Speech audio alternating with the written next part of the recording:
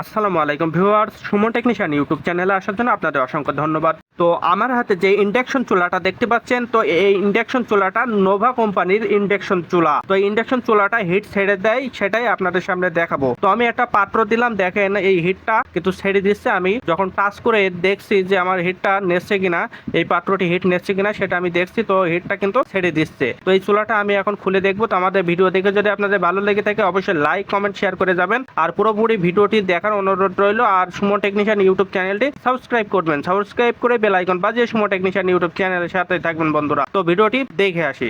তো এটার যে স্ক্রুগুলো আছে আমরা এটা খুলে নিয়েছি, আলাদা করে নেব। এখন আমাদের যে টাচের লাইনটা এটা আলাদা করে নিলাম, প্লাস এখানে যে আপনার স্ক্রুগুলো আছে এগুলো আমরা সবগুলো খুলে নেব।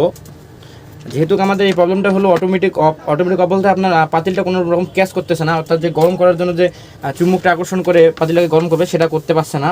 তো এটা কী সমস্যার জন্য এরকম হয়, আর অনেক ক্ষেত্রে দেখা যায় চুলা যে চালু করার সঙ্গে সঙ্গে বন্ধ হয়ে যায়, এটাও কী কারণে হয় সেটা আজকে আমাদের ভিডিওতে আমরা দেখাবো।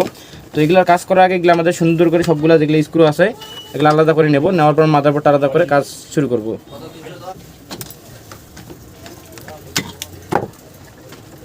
তো এটার ইন্ডাকশনের মাদারবোর্ডটা আমরা আলাদা করে নিয়েছি। তো এখানে যে প্রবলেমটা আছে প্রবলেমটা আমরা সলিউশন করব। তো এখন আমরা আসি আমাদের সার্কিট বোর্ডে। তো এই সার্কিট বোর্ডের কাজ করার আগে আমাদের দেখতে হবে এখানে কিন্তু জাম্পার আছে অনেকগুলো। তো এখানে একটা জাম্পার, এখানে একটা জাম্পার, এখানে একটা জাম্পার। তো এগুলো কিছুটা মরিচা ধরছে, কিন্তু জাম্পারগুলো ঠিক আছে। তো এই ধরনের অটো অফ সমস্যা কিসের জন্য হয়? অটো অফ সমস্যা হয় ক্যাপাসিটারের জন্য। এখানে যে ক্যাপাসিটারটা ব্যবহার করেছে এই ক্যাপাসিটার যদি কখনো ড্যামেজ হয়ে যায় সেক্ষেত্রে এই ধরনের সমস্যাটা আসে। আবার অনেক ক্ষেত্রে দেখা যায় যে E1 E0 যে সমস্যা হয় সেগুলো তো আমরা অনেক আমাদের ভিডিওতে বলছি যে 820 কেজি রেজিস্ট্যান্সগুলো আছে সেটার জন্য এই সমস্যাটা হয়। তো আমরা আগে ক্যাপাসিটিটা খুলে দেখবো যে ক্যাপাসিটি আমাদের ঠিক আছে কি না। প্লাস এটা সমস্যা হতে পারে আপনার বাটন থেকে, বাটনে যদি কোনো জায়গায় ফাঙ্গাস টাঙ্গাস জমে, কোনো জায়গায় যদি শর্ট হয়ে যায় সেই সমস্যাটা হতে পারে। কিন্তু 90% সমস্যা হয় আপনার যে 5 মেগাওয়াট ক্যাপাসিটিটা আছে এটার কারণে। এটা যদি কখনো ড্যামেজ হয়ে যায় এইরকম সমস্যা আসে। তো এখানে একটি জিনিস আপনাদের দেখায়। তো এই সাইকেলটাতে কেউ আগে হয়তো IGBটা চেঞ্জ করেছিল, সার্ভিসিং করছে আমার আগে। তো মাশাআল্লাহ চেঞ্জ করছে, ভালোই চেঞ্জ করছে। কিন্তু এখানে একটি জিনিস ব্যতিক্রম দিয়েছে, এখানে যে ফিউজটা ব্যবহার করেছে এই ফিউজটা কিন্তু আপনার একদম পারফেক্ট না। অর্থাৎ যে ফিউজটা ব্যবহার করে কোম্পানি সেই ফিউজটা এখানে ব্যবহার করতে হবে, অথবা যদি আপনারা চান এইভাবে ফিউজ ব্যবহার করতে পারেন, কিন্তু জাস্ট ইনসুলেশনটা একটু মোটা করে দিতে হবে। কারণ এই ইনসুলেশন দিলে আপনার 2000 ওয়াটে দেওয়ার সঙ্গে সঙ্গেই 2-3 মিনিট 4 মিনিট চলার মধ্যে এটা কেটে যাবে। কারণ এই ফিউজটা 2000 ওয়াট পর্যন্ত ক্যাপাসিটি নাই, এটা ম্যাক্সিমাম আপনার 10 এমপিআর পর্যন্ত সাপোর্ট করবে। ক্যাপাসিটিটা খুলে দেখবো যে ক্যাপাসিটির কোনো প্রবলেম আছে কি না। কোনোরকম প্রবলেম দেখতেছি না, তার মানে আমাদের যে ক্যাপাসিটিটা আছে সেটা একদম পুরোপুরি ভালো আছে। তো এখানে অন্য কোনো সমস্যা হয়েছে, এখানে অন্য কোনো সমস্যা অর্থাৎ রেজিস্ট্যান্স থেকে সমস্যা হয়েছে। তো রেজিস্ট্যান্স চেক করার আগে আমরা ক্যাপাসিটিটা বসে নেব পুনরায়। ক্যাপাসিটিটা বসে নিয়েছি, এখন আমরা রেজিস্ট্যান্সটা মাপ দেবো। তো কোনটা রেজিস্ট্যান্স আপনাদের দেখাই। তো আমাদের IGBর যে আউটগেটটা আছে, আউটগেটটার পর এখানে একটা রেজিস্ট্যান্স আছে। তো এখানে একটা আছে 410K, এখান থেকে একটা 410K গেছে, 410K দিয়ে এখানে আবার 410K আসছে সিরিজ হয়ে। তো এগুলো করে একটা রেজিস্টার হলো আপনার 410K করে। তো আপনাদের আমি দেখাচ্ছি। তো এটা হলো 410K রেজিস্ট্যান্স, এগুলো তো আপনার 820K রেজিস্ট্যান্স ব্যবহার করা থাকে। তো এখানে একটা 410K আছে এবং কয়েলের এখানে একটা 410K আছে, দুইটা রেজিস্টার সিরিজ করছে। তো আমরা জাস্ট এটা মিটার দিয়ে আগে মেপে দেখবো যে আমাদের এটা 410K দেখায় কি না। আর এটা যদি 410K দেখায় তাহলে তো এটা ভালো আছে। তো আমরা মিটারে দিলাম, তো মিটারে এখানে দেখাচ্ছে আপনার 405K, অর্থাৎ এটা ভালো আছে। এবং আরেকটা আমাদের যে 410K আছে কয়েলের সঙ্গে, এটা আমরা খুলে দেখবো যেটা থেকে প্রবলেম আসতে পারে। পরে রেজিস্ট্যান্সটা খুলে নিয়েছি। তো এখন আমরা এটা মাপ দিয়ে দেখবো যে এটা কত কে দেখায়। তো এটাও আপনার দুইটা একদম সেম আছে, অর্থাৎ এই দুইটা ভালো আছে। তো এই দুইটা আমরা একত্রে করে আমরা মাপ দিয়ে দেখবো যে এটা কত কে আসে। তো আমাদের দুইটা রেজিস্ট্যান্স একদম পুরোপুরি ওকে আছে। তো আমরা তৃতীয় সেকশনে যাব। তো আমাদের যদি এটা ওকে আছে এটা আমরা আবার পুনরায় লাগিয়ে নেব। তো আমরা পুনরায় না লাগে আমরা এটা ছোট্ট একটু কাজ করবো। আমরা এখানে 820K একদম সিরিজের জায়গায় আমরা ডাইরেক্ট 820K এখানে বসাবো। তো কীভাবে বসাবো সেটা একটু দেখে নেন। তো জাস্ট আমরা একটু তারের ইনসুলেশন বের করে নিলাম এবং এখানে একটি সোল্ডারিং এবং এখানে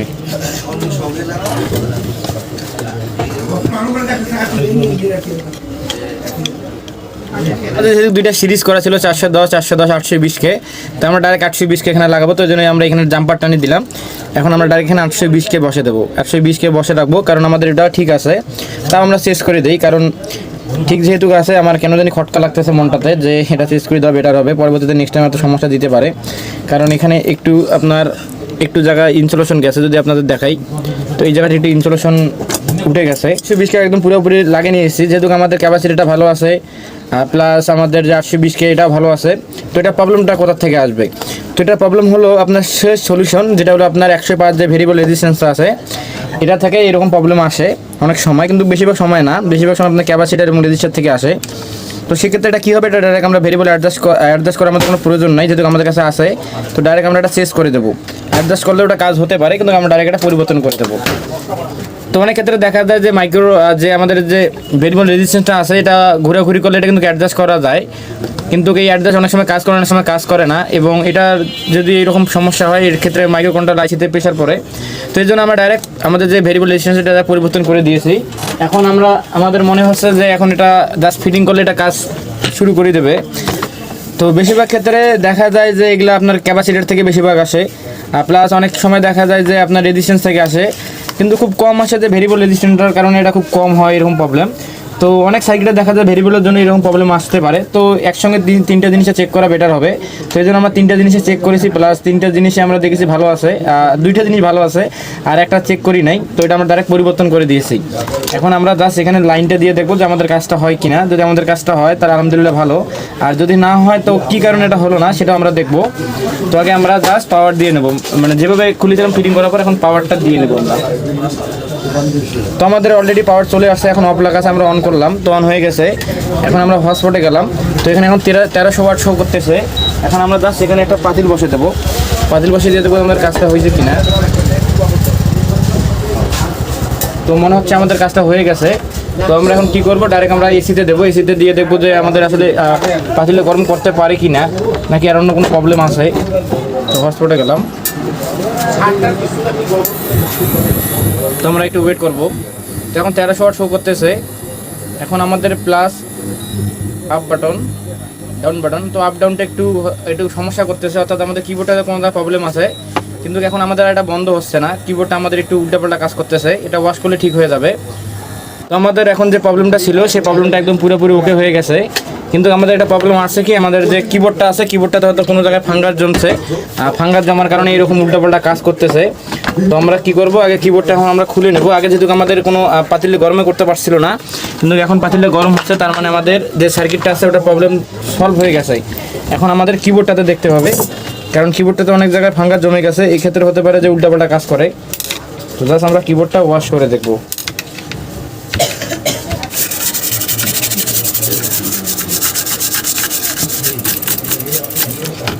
তো আমাদের সামনটাতে মোটামুটি সব জিনিস ঠিক আছে, অর্থাৎ আমাদের যে বাটনের স্প্রিংগুলো আছে সবগুলো একদম পুরোপুরি ওকে আছে।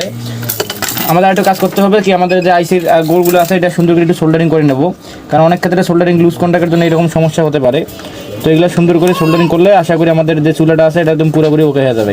যেটা চেক করবো, আমাদের প্রবলেমটা ছিল যে প্রথমে যে আমাদের কোনো পাতিল গরম হচ্ছিল না, তো এখন প্রবলেমটা কিন্তু সলভ হয়ে গেছে। সলভ হয়ে যাওয়ার পর এখন মনে করেন আপনার সবগুলো ঠিকঠাক আছে, কিন্তু আমাদের যে বাটন কিবোর্ডটা আছে বাটন কিবোর্ডটাতে কোনো রকম আপনার উল্টাপাল্টা কাজ করতেছে, অর্থাৎ 1600 ওয়াট, কখনো 1500 ওয়াট, কখনো 1300 ওয়াট হচ্ছে।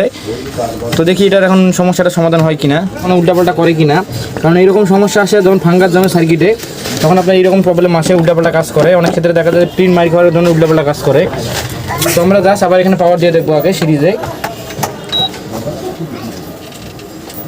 তো আমাদের ঠিক আছে, সিরিজ কোডে পাওয়ার ঠিক আছে। এখন আমরা এসিতে দেবো, হটস্পটে দিলাম, হটস্পটে 1300 ওয়াট শো করতেছে। এখন আপ যদি করি তো আপে বাড়তেছে, আমাদের ডাউন করলে কমতেছে, তার মানে আমাদের বাটনটা পুরোপুরি ওকে আছে। এখন যদি আমরা গরমে দেই তো দেখেন এখন গরম শুরু হয়ে যাবে, এটা একটু এদিকে দিতে হবে। তো দেখেন আমাদের গরম কিন্তু হচ্ছে। এখন আমরা জাস্ট বাড়িয়ে দেবো এটা, তো আমরা 2200 ওয়াট করে দিলাম, এটা ওকে হয়ে গেছে।